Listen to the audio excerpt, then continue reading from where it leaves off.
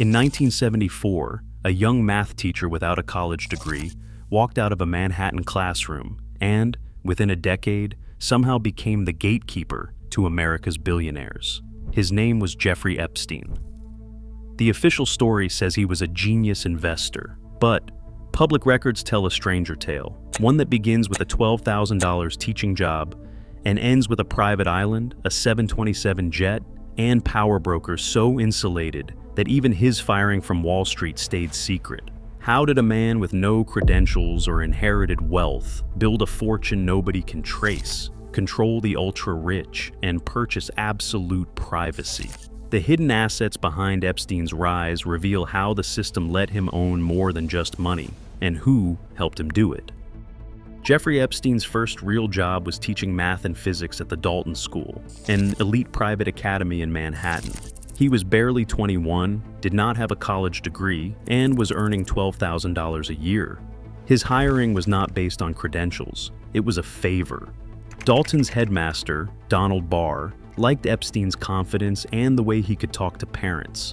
But inside the classroom, he stood out for different reasons. Former students remembered him for his charm and for paying too much attention to teenage girls. 2 years later, the school let him go, officially for poor performance. Epstein did not stay unemployed for long.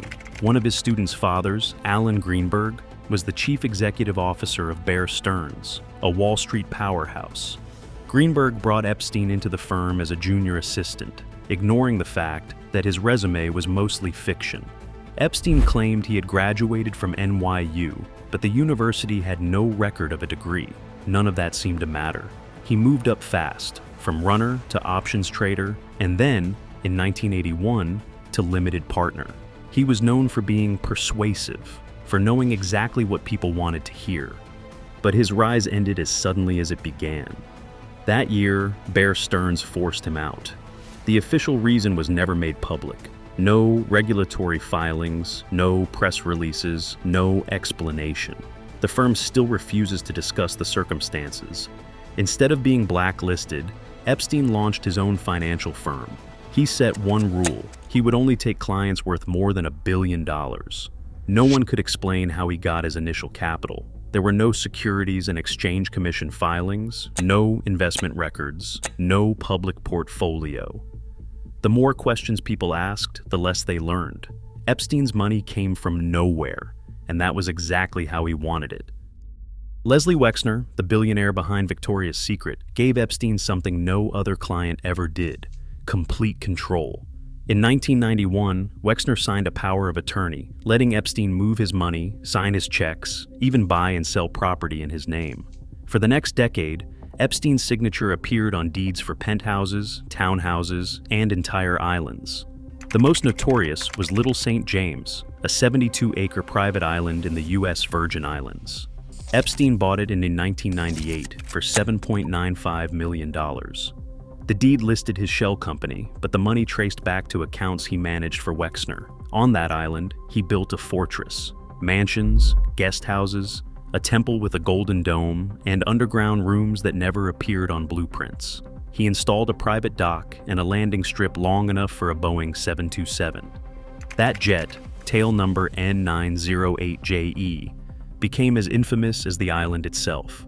Registered to Epstein, it crisscrossed the Atlantic, carrying politicians, scientists, and celebrities to places where the press could not follow.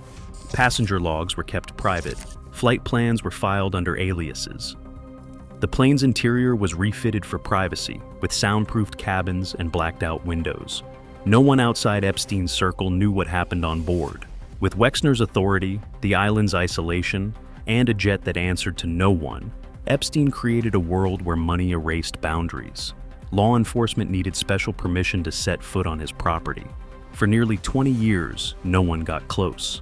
Privacy was not just a perk, it was the foundation of his power. Ghislaine Maxwell became the architect of Epstein's recruitment engine. She targeted girls who needed money, some just 14 or 15. She offered $200 for a massage at his Palm Beach mansion. The offer seemed simple, even harmless. But once inside, the rules changed. The girls were led upstairs, handed oils, and told to undress. What started as a massage turned into abuse. Maxwell taught them what to say, how to act, even how to recruit their friends for the same deal. Palm Beach police later found scripts Maxwell gave her recruiters, step-by-step instructions for luring new victims, always promising easy cash. The traps did not end at the door. Epstein's homes were rigged with hidden cameras, tucked behind mirrors, inside clocks, even in bathrooms. Police affidavits and FBI search inventories list camera placement diagrams, showing surveillance in nearly every private space. The footage was never about collecting memories. It was about collecting leverage. Every encounter was recorded, cataloged, and stored. When investigators raided his properties, they seized binders of compact discs, hard drives, and computers labeled with names and dates. Some discs were marked with only a first name, others with titles like Girl Pics Nude. For the girls, the promise of $200 became a trap they could not escape. For Epstein, every recording was insurance. The pipeline Maxwell built did not just supply victims. It created evidence that could be used against anyone who entered his orbit. And as the files piled up, so did his power. Federal prosecutors had everything: 36 identified victims, witness statements, physical evidence, and a case file thick enough to put Jeffrey Epstein behind bars for life. The draft indictment ran over 40 pages, outlining sex trafficking, conspiracy, and the recruitment of minors across state lines. Yet, in September 2007, United States Attorney Alexander Acosta signed a secret deal with Epstein's lawyers.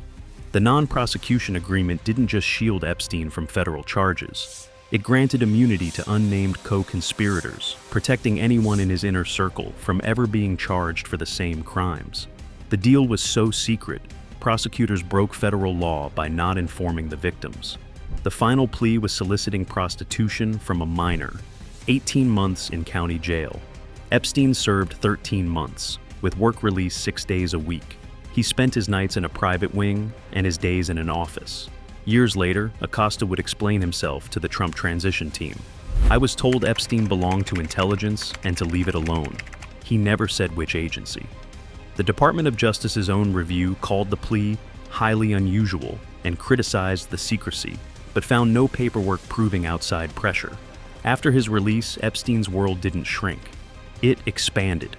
He gave $30 million to MIT and Harvard. University emails show administrators debating the ethics, but taking the money anyway. Bill Gates visited Epstein's Manhattan townhouse. Prince Andrew flew to his ranch in New Mexico. Flight logs, dinner invitations, and donation receipts kept piling up. Epstein's conviction didn't cost him access, it bought him legitimacy.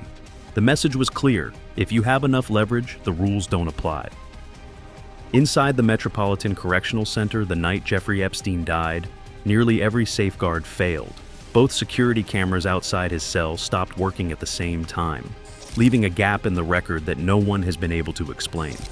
Guards assigned to check on Epstein every 30 minutes signed logs showing they made their rounds, but investigators later confirmed they spent hours asleep at their desks.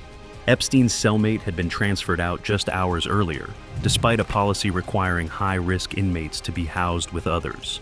When the body was found, the official report listed suicide by hanging, but the autopsy revealed fractures in Epstein's hyoid bone and thyroid cartilage, injuries more common in strangulation than in self-hanging, according to Dr. Michael Baden, a forensic pathologist hired by Epstein's brother.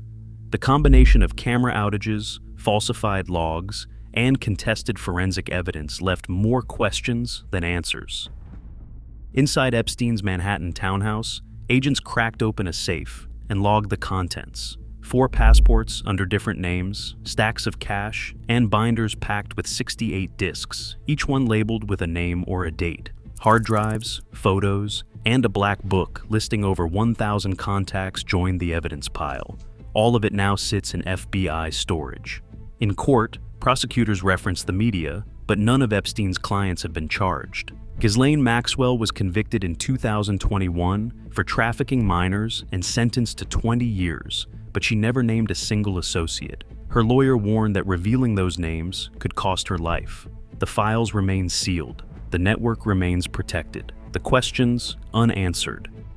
Today, the evidence sits locked in FBI vaults, untouched, unprosecuted, and unexplained. Power protects itself. even when the cost is justice. Until those files see daylight, the system that shielded Epstein remains intact. Silence isn't closure, it's an invitation for history to repeat. Share your thoughts below.